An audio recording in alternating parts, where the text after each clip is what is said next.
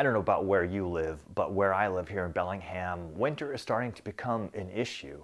And every year I give all my clients, but especially the ones with osteopenia or osteoporosis, the how to walk on the ice lecture because I've seen, unfortunately, patients that have fallen and broken a hip or broken a wrist, and it doesn't necessarily have to be that way. In this video, I'm going to describe to you a different way of walking while you're on the ice to hopefully prevent you from falling and injuring yourself.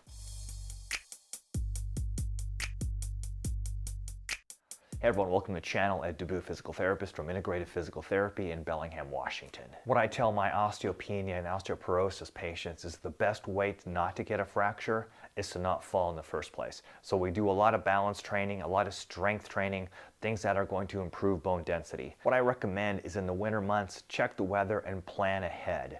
Make sure you have enough food, water, and medications so that hopefully you don't have to go outside when the weather is bad.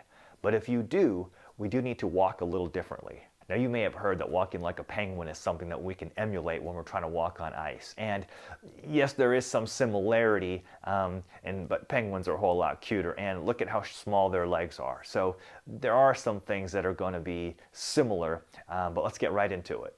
Unlike penguins, humans have a lot longer legs. And what happens is typically when we step, we land with the heel. The challenge is that at heel strike, our center of gravity is still behind our front leg. So if I don't have traction through here, as I'm trying to put weight on here and it slips, since my body is still leaning backwards, my center of gravity is backwards. That's when I fall and land backwards. We often will have a fairly narrow base of support as well too, which when we're walking on something slippery, becomes a problem. So what does walking on ice look like? It might look a little funny and take a little while to practice, but the idea is to hip hinge, slightly bend your knees, and now as I'm stepping, you'll notice that my weight is directly over my legs, which is different than I was landing with heel strike. What you also want to do is have a wider base of support. Nothing too terrible, but just a little bit wider. So hip hinge, slight bend, and I'm stepping, picking up my feet. Now, resist the temptation to slide, because if there is some unevenness to the road, you could catch that and fall as well too. So hip hinge, slight bend in your knees, lift it up, and put your entire foot flat.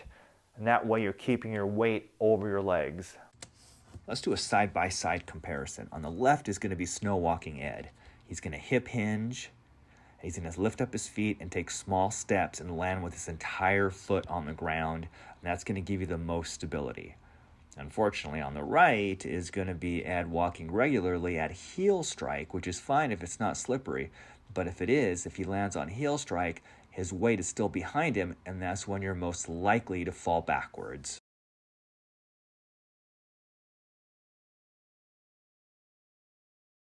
Even though you may be careful, sometimes a fall is inevitable. And I know that most of the time when we fall, it's just a reaction and we don't have control over what we do. But if you do have that moment to think about things, ideally what you want to try to do is you want to try to tuck that arm in and avoid that instinct of landing on that hand. I've worked with multiple patients that have had broken wrists, broken shoulders because they've slipped and they've instinctively put their hand out there.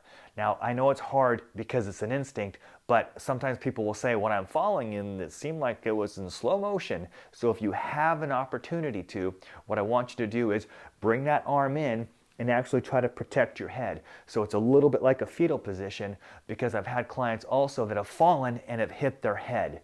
So you want to try to bring your head in, tuck in, and try to land on your side to minimize the impact. I'll put a playlist right up here of all my osteoporosis videos. I've got videos on strengthening, balance, nutrition, protein intake.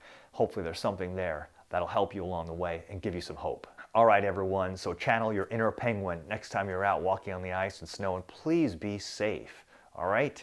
All right, take care. I'll see you at the next video.